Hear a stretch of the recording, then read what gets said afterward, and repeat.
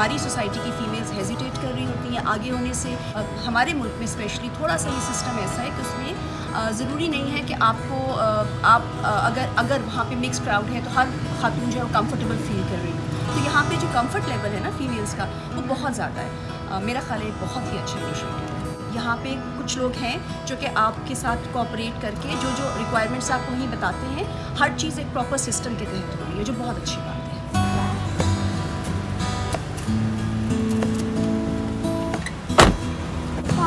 कैसी हैं आप?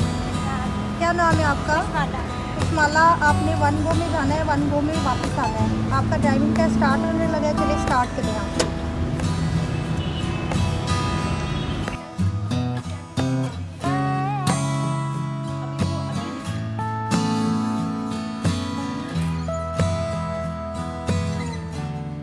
हमारे 4 से 5 टेस्टिंग सेंटर्स हैं लाहौर में, जहाँ पर फीमेल स्टाफ भी मौजूद है। जो फीमेल जाती हैं वहाँ पे टेस्ट देने के लिए, उनके लिए है फीमेल स्टाफ। लेकिन फिर वही बात है कि जहाँ पे मर्दों की एक क्यू है, वहाँ पे फीमेल जो है वो 2-4 बाकी मर्द जो हैं उनको अकोमोडेट करने को तैयार भी नहीं होते कि पहले इनका टेस्ट ले लिया जाए या इनको लाइन में खड़ा ना किया जाए।